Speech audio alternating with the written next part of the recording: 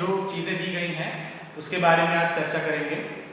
इस किताब की जानकारी देना आज के कक्षा का कारण है। कल से मैं आपको ये किताब कैसे है और किस प्रकार से सीखना है ये मैं आपको बताऊंगा। माइक म्यूट कर दीजिए। अगर आपने माइक शुरू रखा तो मेरी आवाज आप तक नहीं आएगी, ब्रेक होके आएगी।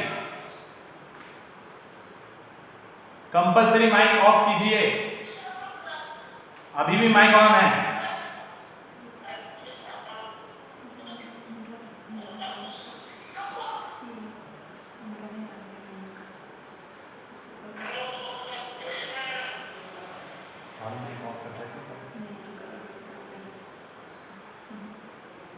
ठीक है, माइक कोई शुरू नहीं करेगा वरना मेरी आवाज ब्रेक होते होते आपके पास आएगी।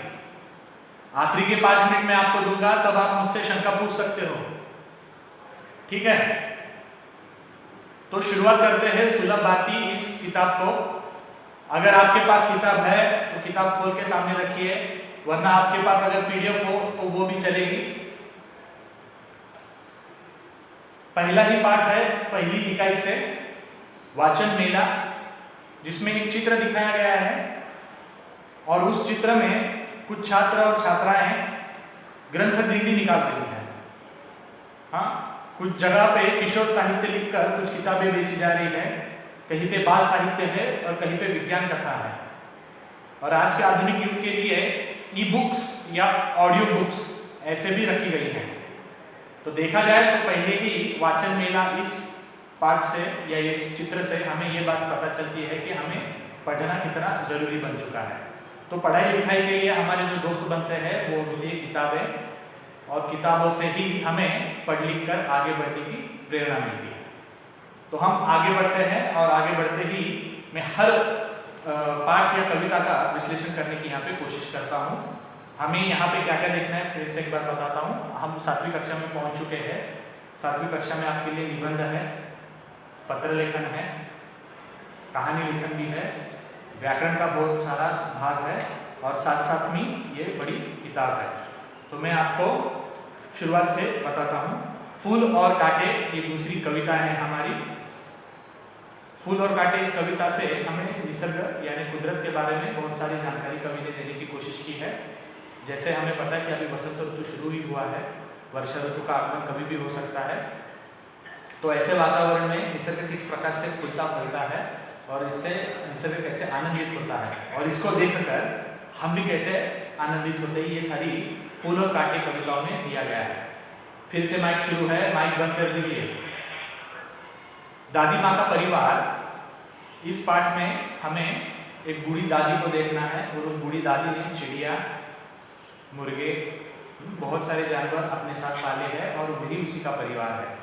उसके परिवार में दूसरा कोई नहीं है। ये सारे प्राणी, पशु, पक्षी, कीटक, पेड़ पौधे, इन सबको मिला के ही उसका क्या बनता है, परिवार बनता है। देहात और शहर देखना है इसके बाद चौथा। देहात और शहर में देखो, हमें सभी को पता है पुणे, मुंबई ये बहुत बड़ी बड़ी शहरें अभी विस्तृत हो चुकी है। हाँ, लेकिन हर कोई यहाँ रहने वाला था नहीं। पहले वो गाँव में रहता था। आपके माइक बंद कर दो, तब तक मेरी आवाज नहीं आएगी आपको।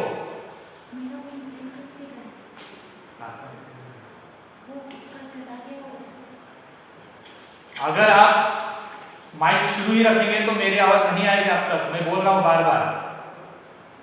और आपके पास हेडफोन हो तो वो लगाइए, उससे मेरी आवाज और भी अच्छी आएगी आपको। क्यों हो रहा है? क्योंकि माइक ऑन करते हो आप।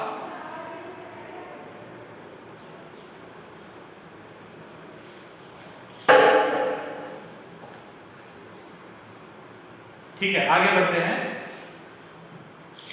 शहर और देहात यानी गांव से आए हुए व्यक्ति शहर में किस प्रकार रहते हैं, शहर और देहात का वातावरण किस प्रकार से है और इन दोनों में रहकर इंसानों को किस प्रकार के अनुभव मिलते हैं, हमें देहात और शहर इस पाठ से देखना है। असल में एक पत्र है, उस पत्र का ही कविता में अनुवादित किया गया है। आगे है बंदर का धंधा, जो कविता है बहुत ही सुंदर कविता है। एक बंदर जो अपने होशियारीपन से डॉक्टर बन जाता है और डॉक्टर बन के लोगों को किस प्रकार से इलाज करता है, ये कविता हमें बंदर का धंधा में देखनी है। आगे है एक पाठ, बहुत ही सुंदर और वैज्ञानिक पाठ है, पृथ्वी से अग्नि तक। भारत रत्न एपीजे अब्दुल कलाम, भारत के पूर्व राष्ट्रपति, इन्होंने पृथ्वी और अग्नि जैसे मिसाइल्स बनाई और इस देश को एक महान देश के रूप में आगे लेके आए। तो उनको जो अनुभव आया, हाँ, उन्होंने जो अपने वैज्ञानिकों से बात की, उसको इस पाठ के रूप में पृथ्वी से अग्नि तक इस प्रकार से देने की कोशिश की है। इस पृथ्वी से अग्नि तक पाठ में मैं माइक बदल रहा हूँ आपके लिए, अब मेरी आवाज़ आएगी। मैं माइक बदल रहा हूँ 1 मिनट के लिए।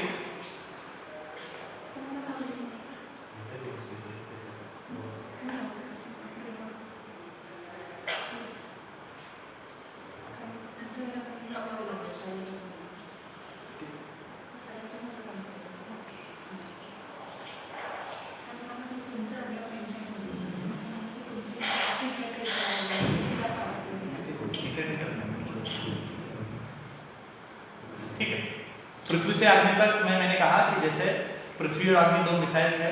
एपीजे अब्दुल कलाम जब बना रहे थे, उनको बहुत सारी चुनौतियाँ आई।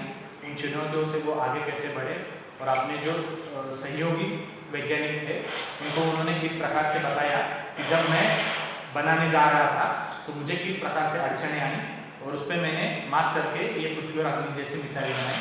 जब मिसाइल बनाई थी तो वो तो समुद्र में डूब गया था, तो उनके हाथों में कुछ नहीं था। आवाज़ ब्रेक होगी, मैंने पहले भी कहा है, क्योंकि आप माइक ऑन कर रहे हो हर 2 मिनट बाद, और मैं हर वक्त ये नहीं बोलूंगा कि माइक ऑफ करो, मुझे बोलना है आवाज़ ब्रेक हो रही है, मैं आगे चला जाऊंगा। ठीक है, जहां चाह वहां राह, ये दूसरी कविता है। ये पाठ है दूसरा। एक गांव है, छोटा सा गांव से बहने वाली नदी है, नदी के उस पार पाठशाला है, प्रशाला है। तो प्रशाला जाते समय उनको जो अड़चनें आती है उसके ऊपर ये बच्चे ही अपने आप कुछ हल निकालते हैं, गांव वालों को इकट्ठा करके एक पुल बनाते हैं। हाँ, तो जब वर्षा ऋतु आती है तो गांव की नदी का बाढ़ बहुत बढ़ जाता है और पानी बढ़ने के कारण वो अपने पाठशाला तक नहीं जा पाते हैं। वो समस्या दूर करने के लिए वो गांव वालों को इकट्ठा करके एक पुल बनाते हैं, जिस पुल के कारण वो अपने पाठशाला में जा सकते हैं। इस प्रकार से एकता का फल है, जहाँ चाह वहाँ राह। अगर आपके मन में इच्छा हो कुछ करने की तो मार्ग अपने आप निकल आता है, यही उसका मंतव्य है इस पाठ से। दूसरा है जीवन नहीं मरा करता।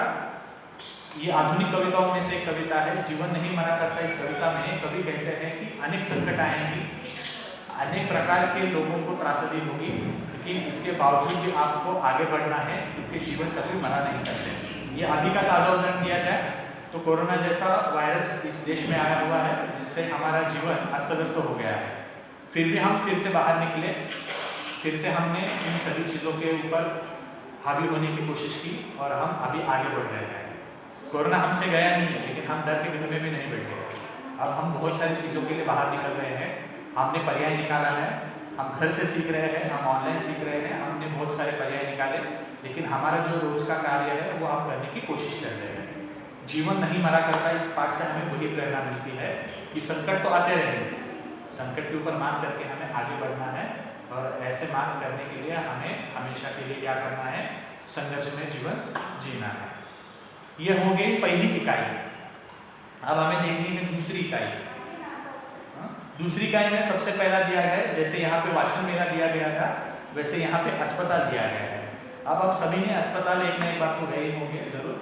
तो अस्पताल में क्या दृश्य होता है, कुछ मरीज होते हैं, कुछ डॉक्टर होते हैं, कुछ नर्स होते हैं, रिसेप्शनिस्ट होती है, ओपीडी होती है, ऑपरेशन थिएटर होता है। हाँ, अलग अलग लोग अलग अलग बीमारी से जूझते रहते हैं। इन सारे लोगों को देखने का मौका आपको अस्पताल में मिलता है, और कभी कभार हम भी वहाँ पे मरीज बन के जाते हैं। तो अस्पताल का दृश्य दिया गया है, एक चित्र है, उसको देखना है और समझना है, बस इतना ही है। आगे जो कविता आ रही है वो है बेटी युग। बेटी युग इस कविता से कवि कहना ये चाहते हैं कि आज का जो दौर है वो बेटियों का है। आपने अगर रिजल्ट देखा हो, 10वीं हो, 12वीं हो, एमपीएससी हो, यूपीएससी हो, बड़ी बड़ी परीक्षाओं में भी आजकल छात्रा आगे है, लड़कियां आगे है। एक ज़माना था कि लड़कियों को शिक्षा नहीं मिलती थी, लड़कियों को घर में ही रखा जाता था और शादी करके वो चली जाती थी। लेकिन आज का ज़माना ऐसा नहीं है। आज का ज़माना कैसा है? आज का ज़माना बेटियों का है। सावित्रीबाई फुले ने इस देश में लड़कियों को शिक्षा देने के लिए जो पहल की, आज वो बहुत बड़ा वटवृक्ष बन चुका है। आज ऐसा कोई क्षेत्र नहीं जहाँ पर महिला काम नहीं करती। हमारे स्कूल का ही उदाहरण ले लो, आधे से ज़्यादा महिलाएं शिक्षिकाएं हैं। आपने देखा होगा उरी अटैक जो हुआ, उसके बाद हमने जो हमला किया सर्जिकल स्ट्राइक फर्स्ट, उसमें भी एक महिला वैमानिक थी। ऐसा कोई क्षेत्र नहीं है जहाँ पे अभी महिला नहीं है, चाहे वो संरक्षण का क्षेत्र हो, चाहे और कोई क्षेत्र हो, सभी क्षेत्रों में महिला बढ़ चढ़कर हिस्सा ले रही है। इसलिए कहा गया है कि ये बेटी युग है। आज का जो दौर है 21वीं सदी है, वो है बेटी युग। दो लघु कथाएं, दो लघु कथाओं में दो बड़ी बातें कही है लेखक ने। पहली लघु कथा है चित्रकार के बारे में। एक चित्रकार होता है, बहुत ही मेहनती चित्रकार है, वो एक सेठ जी की वो चित्र निकालता है, और सेठ जी उस एकदम से कंजूस होता है, उसके हाथों से पैसे नहीं छूटते। तो ऐसे जब होता है तो वो बहुत सारे चित्र निकालता है। वो कहता है कि तुमने जो चित्र निकाला वो हूबहू मुझसे नहीं मिलता। सेठ जी कहता है चित्रकार से, तो चित्रकार और एक नई चित्र बनाता है। फिर भी वही बात होती है कि तुमने हूबहू मेरी तरह चित्र नहीं निकाला, मुझे ये पसंद नहीं। तो तीसरी बार चित्र निकाला जाता है, चौथी बार चित्र निकाला जाता है। इन 3-4 चित्रों को मिलाकर जब पैसा देने की बारी आती है, वो कहते हैं कि तुमने एक भी चित्र मेरे मन की तरह या मेरी तरह हूबहू नहीं बनाया। तो बात पहुँचती है राजा के पास, अकबर के पास। और अकबर और बीरबल में जो बहस होती है, उनसे ये बात आगे आती है कि तुम्हें आईना दिखाया जाता है। सेठ जी को आईना दिखाया जाता है, और सेठ जी जब आईना देखते हैं और फिर कहते हैं ये चित्र तुम्हारी तरह है हूबहू। और फिर सेठ जी को अपनी गलती का एहसास होता है और वो अपने चित्र का सारा पैसा उस कलाकार को दे देता है, जिससे ये हमें ये पता चलता है कि हमें किसी से ठगना नहीं चाहिए। हम कितने भी चतुर हो, चतुराई से हम किसी को ठगे, हमें ठगने वाला भी सामने कोई आ सकता है। ये पहली कथा है। दूसरी कथा है हरा घोड़ा। ठीक है, हरा घोड़ा इस कथा में कहना ये चाहते हैं, अकबर और बीरबल इन दोनों की ये कथा है। तो जब अकबर अपने दरबार में बैठा हुआ होता है, वो बीरबल से कहता है कि मुझे हरा घोड़ा चाहिए, और वो भी अगले 8 दिनों में। अगले 8 दिनों में अगर तुमने मुझे हरा घोड़ा लाकर दे दिया तो मैं समझूंगा कि तुम इस पृथ्वी के सबसे ज़्यादा बुद्धिमानी व्यक्ति हो। तो वो 8 दिन बाद फिर उनके सामने आता है बीरबल अकबर के, और कहता है कि मैंने हरा घोड़ा ढूंढ लिया। और वो घोड़ा कैसा है? हरे रंग का है, लेकिन उसको मिलना है तो हफ्ते के 7 दिन बाद मिलना पड़ेगा। साल के किसी भी दिन में नहीं मिल सकते, और दिन और रात में नहीं मिल सकते। हाँ, और जब आप घोड़ा देखने जाओगे तो आपको आगे नहीं जाना पड़ेगा। इन शर्तों को आप मानोगे तो ही आप घोड़ा देख पाओगे। इसका सीधा मतलब ये होता है कि हफ्ते के 7 दिन माने सोमवार से लेके रविवार तक आप कभी नहीं जा सकते। आप दिन में भी नहीं जा सकते और रात में भी नहीं जा सकते, और पूरे साल में कभी नहीं जा सकते। इनको छोड़ के जो वक्त बचता है उसी वक्त आप जाके घोड़ा दिखा सकते हैं, और जाओगे भी कैसे? अकेले। इसका यह मतलब होता है कि हरा घोड़ा ये संकल्पना है ही नहीं, लेकिन वो संकल्पना पूरी करने के लिए वो कहता है कि हरा घोड़ा मुझे देखना है। तो अकबर भी उसी प्रकार से चतुराई से बोलता है कि आप इन शर्तों को पूरा कर पाओगे तो ही आप घोड़ा देख पाओगे। इससे नहले पे गहरा कहते हैं। इस कारण वो घोड़ा देखने की जो आपकी जिद है वो छोड़ देता है, और कहते हैं कि अकबर कहते हैं कि बीरबल तुम ही सबसे चतुर व्यक्ति हो। ये दो लघु कथा है। अब शब्द संपदा। भाषा बहुत ही अच्छी और सरल होती है, लेकिन अगर किसी व्यक्ति में उसको घुमाने की ताकत हो तो वो व्यक्ति इस भाषा को घुमा भी सकता है। तो शब्द संपदा कैसी होती है, वोकैब्युलरी कैसी होती है, उस प्रकार से लोगों को कैसे शब्दों में पिरोया जा सकता है, शब्दों की निर्मित होती कैसी है, इन सभी को इस शब्द संपदा पाठ में हमें देखना है। आगे आ रही है कविता बसंत ऋतु। ठीक है, अब बसंत ऋतु क्या है? मैंने आपको जिक्र किया कि जब वर्षा ऋतु शुरू होती है उससे पहले कोयल अपनी चहचहा करती है, और जिससे लोगों को पता चलता है ये बसंत ऋतु है। और बसंत ऋतु के आगमन से जो विविधतापूर्ण चीज़ें होती है, नदियों का बहना, फूलों का खिलना, ये सब चहचहाहट होती है। आप अपने माइक बंद करोगे तो ही आवाज़ आएगी, मैं फिर से नहीं कहूँगा। मैंने आपको कम से कम 5-6 बार बोला है, आप एक दूसरे से डिस्कस कर रहे हो, माइक ऑन कर रहे हो तो मेरी आवाज़ ब्रेक जरूर होगी। मैंने आपके लिए हेडफोन भी बदला है। यही चीज़ आपको रिकॉर्ड हो रही है और वो यूट्यूब पे भी दिखाई देगी आपको। हर 2 मिनट बाद आप वही डालोगे तो कुछ नहीं होगा। आपके माइक बंद नहीं, अभी भी देखिए कितनी डिस्टर्बेंस है। उसके बाद है पार्ट नंबर 6, चंदा मामा की जय। अब चंदा मामा की जय इस पार्ट में होता ऐसा है कि आपके जैसे शरारती बच्चे हैं जो घर में दिन भर शोर मचाते रहते हैं, रोते रहते हैं और माँ को परेशान करते रहते हैं। ऐसे बच्चों को सज़ा दी जाती है और जब सज़ा होती है तो चंदा मामा बचाने आते हैं और उन सभी को उन चीज़ों से बचाते हैं। और जब वो बचाते हैं तो चंदा मामा की जय का जयघोष होता है और सब बच्चे खुश भी हो जाते हैं। यह है चंदा मामा की जय। आपके जैसे शरारती बच्चों के लिए एक छोटी सी लघु नाटिका है और उस लघु नाटिका को भी हमें देखना है। आगे है रहस्य। रहस्य पार्ट में आप ही की उम्र का है 12-13 साल का लड़का, और वो 12-13 साल का लड़का आगे जाके हमें सभी पर्दों का राज खोल देता है।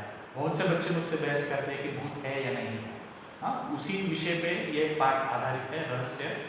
एक ऐसा रहस्य, गांव के एक कोठरी होती है, गांव से बाहर एक घर होता है बहुत बड़ा।